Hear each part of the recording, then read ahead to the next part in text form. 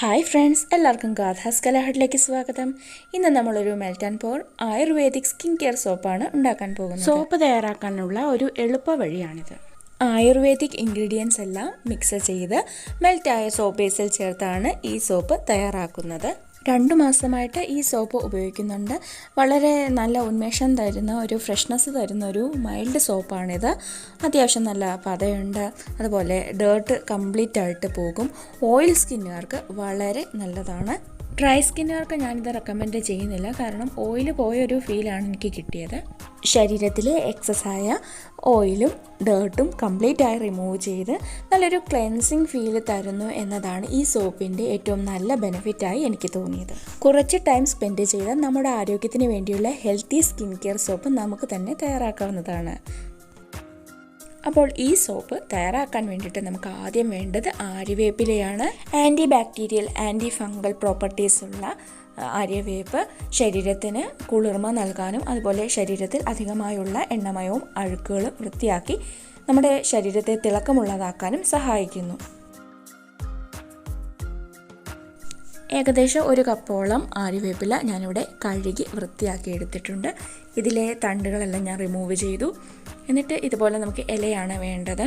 ഇനി ഈ ഇല നമ്മളൊരു മിക്സിയിലേക്ക് ഇട്ടിട്ട് നന്നായി അരച്ചെടുക്കണം. ഒട്ടും തന്നെ വെള്ളം ചേർക്കാതെയാണ് ഞാൻ ഈ ആര്യവേപ്പ് അരച്ചെടുത്തിരിക്കുന്നത്. നമുക്ക് അരഞ്ഞ് തീരെ പേസ്റ്റൊന്നും ആകത്തില്ല, ഇതുപോലെ കിട്ടുകയുള്ളൂ. ഇനി ഇത് നമ്മളിതുപോലെ കൈ ഉപയോഗിച്ച് നന്നായിട്ട് ഞെക്കി പിഴിഞ്ഞ് ഇതിൻ്റെ ചാറ് മാത്രം എടുക്കുക.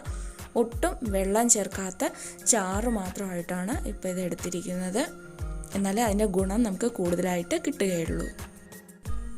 ഇനി നമുക്ക് വേണ്ടത് കച്ചോലത്തിൻ്റെ ഇലയും അതിൻ്റെ കിഴങ്ങുമാണ്. കുറച്ച് കിഴങ്ങേ ഇവിടെ കിട്ടിയിട്ടുള്ളൂ. ഔഷധ ഗുണത്തോടൊപ്പം ഉന്മേഷം പകരുന്ന ഒന്നാണ് സുഗന്ധ സസ്യമായ കച്ചോലം. ഒരിക്കൽ മണത്ത് നോക്കിയിട്ടുണ്ടെങ്കിൽ അതിൻ്റെ ഫ്രഷ്നെസ് നമുക്ക് മനസ്സിലാകും. അത്രയ്ക്കും അരോമാറ്റിക്കാണ്. ഇഞ്ചി വിഭാഗത്തിൽപ്പെട്ട കച്ചോലത്തിൻ്റെ ഇലയും കിഴങ്ങും ചർമ്മരോഗത്തിന് ഉത്തമ ഔഷധമാണ്. എനിക്ക് കുറച്ച് കച്ചോലം മാത്രമേ കിട്ടിയിരുന്നുള്ളൂ. കിട്ടുകയാണെങ്കിൽ നിങ്ങൾ 1 കപ്പോളം, അതായത് ആര്യവേപ്പിൻ്റെ അത്രയും തന്നെ കച്ചോലവും ചേർക്കാൻ ശ്രദ്ധിക്കുക. കാരണം നമുക്ക് ഇത് ചേർക്കുമ്പോൾ വേറെ അരോമാറ്റിക് ആയിട്ടുള്ള വസ്തുക്കളൊന്നും സോപ്പിനകത്ത് ചേർക്കേണ്ടി വരികയില്ല. എന്നിട്ട് നമ്മൾ നന്നായിട്ട് കച്ചോലവും ഇതുപോലെ അരച്ചെടുത്തു. അതിൻ്റെ നീര് വെള്ളം ചേർക്കാത്തതാണ്. വെള്ളം ചേർക്കാതെ തന്നെ അരച്ച് അതിൻ്റെ നീര് എടുത്ത് മാറ്റി വയ്ക്കുക. ഇനി നമുക്ക് വേണ്ടത് പനിക്കൂർക്കയുടെ ഇലയാണ്. പനിയും ജലദോഷമൊക്കെ വരുമ്പോഴാണ് നമ്മൾ കൂടുതലായിട്ട് പനിക്കൂർക്ക ഉപയോഗിക്കുന്നത്. എന്നാലും ഉള്ളിൽ കഴിക്കുന്നത് പോലെ തന്നെയാണ് ഇതിൻ്റെ നീര് നമ്മൾ പുറമെ ഉപയോഗിക്കുന്നത്. പനിക്കൂർക്ക സ്കിൻ സൂത്തനിങ്ങിനും റിലാക്സിങ്ങിനും ഉപകാരപ്പെടും. നല്ല അരോമാറ്റിക്കാണ്.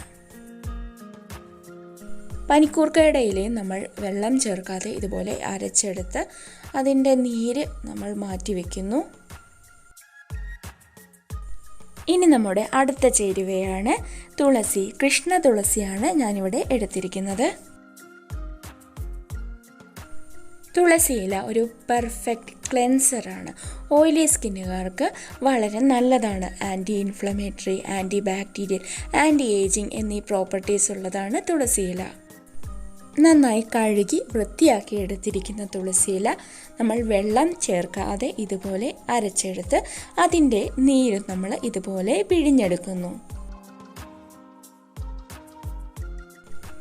ഇനി നമുക്ക് വേണ്ടത് ഇതുപോലെ ഒരു തണ്ട് അലോവേര അല്ലെങ്കിൽ കറ്റാർ വാഴപ്പോളയാണ്. ഇത് കിട്ടാത്തവർക്ക് അലോവേര ജെല്ലും ഉപയോഗിക്കാം. നമ്മളിതിൻ്റെ മുള്ളും അതുപോലെ തന്നെ മഞ്ഞക്കറയുണ്ട്, അതും കളഞ്ഞതിന് ശേഷം നന്നായിട്ട് വൃത്തിയാക്കി എടുത്തിരിക്കുന്ന പീസസ് അരച്ചെടുത്തിരിക്കുന്നു. ഇതും വെള്ളം ചേർക്കാതെയാണ് അരയ്ക്കുന്നത്.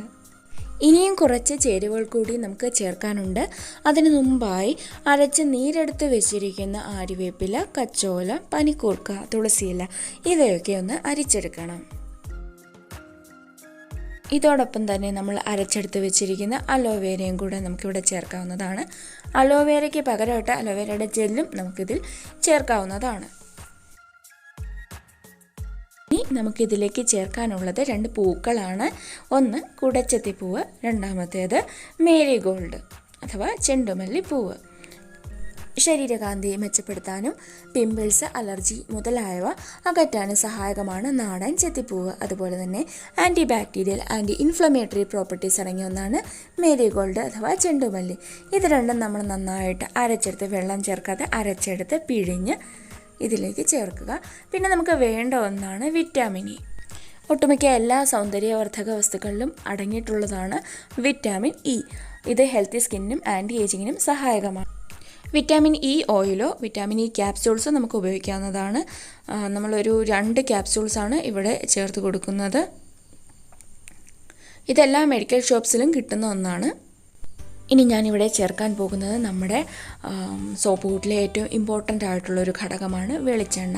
ഞാനിവിടെ 2 സ്പൂൺ വെളിച്ചെണ്ണയാണ് ഉപയോഗിക്കുന്നത്. ചർമ്മ സംരക്ഷണത്തിന് ഏറ്റവും പ്രാധാന്യമായിട്ടുള്ള ഒന്നാണ് വെളിച്ചെണ്ണ എന്ന് നമ്മളെല്ലാവരും കേട്ടിട്ടുണ്ടാകും. ഈ സ്കിൻ തിളക്കത്തിന്റെ രഹസ്യം ചന്ദ്രിക സോപ്പിലുള്ള വെളിച്ചെണ്ണയാണ്.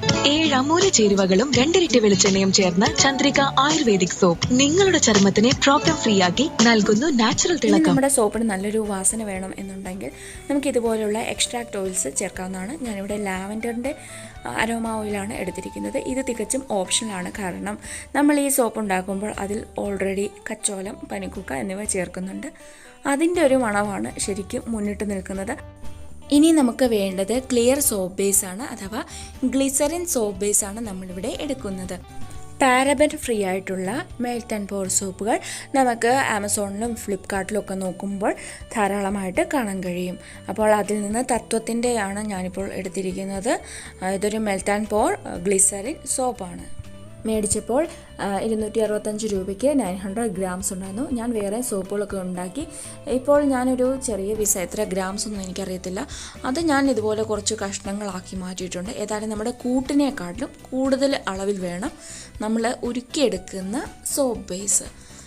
അപ്പോൾ നമ്മൾ സോപ്പ് ബേസ് ഇപ്പോൾ ഉരുക്കാൻ പോവുകയാണ്. ഡബിൾ ബോയിലിംഗ് മെത്തേഡിലാണ് ചെയ്യുന്നത്.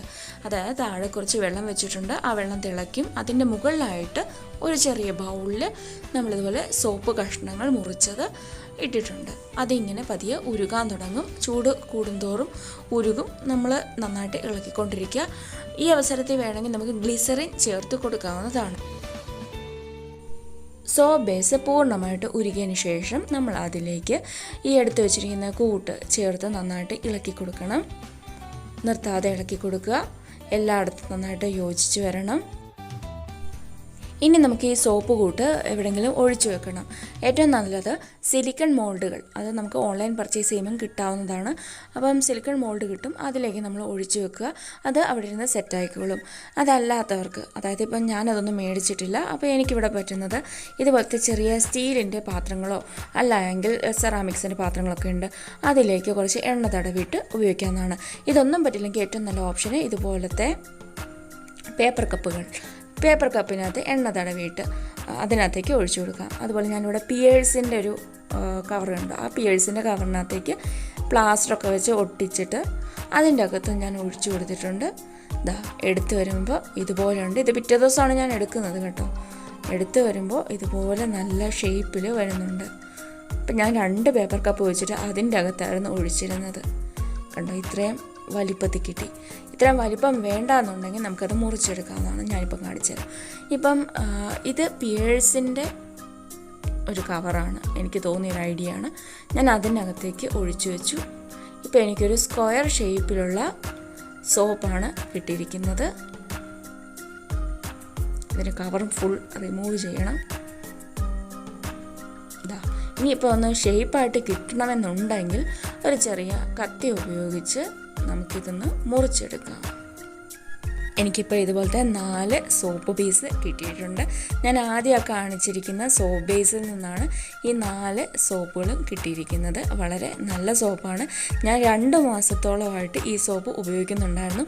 അതിന് ശേഷമാണ് ഞാനിപ്പോൾ ഈ വീഡിയോ ഇടുന്നത്, അതായത് വോയിസ് കൊടുക്കുന്നത്. വീഡിയോ നേരത്തെ ചെയ്തു വെച്ചിരുന്നു, വോയിസ് കൊടുക്കുന്നത് ഇപ്പോഴാണ്. ആവശ്യത്തിന് പതയുണ്ടെങ്കിലും പെട്ടെന്ന് അലിഞ്ഞു പോകുന്ന ഒരു സോപ്പൊന്നുമല്ല. ഇതിൽ 2 സോപ്പാണ് ഞാൻ ഉപയോഗിച്ചിരുന്നത്. 2 വേറെ ഒരാൾക്ക് കൊടുത്തിരുന്നു. അപ്പം ഞാൻ 2 മാസത്തോളമായിട്ട് ഇത് ഉപയോഗിച്ചിരുന്നു. വളരെ നല്ല സോപ്പാണ്. എല്ലാവരും ട്രൈ ചെയ്ത് നോക്കുക.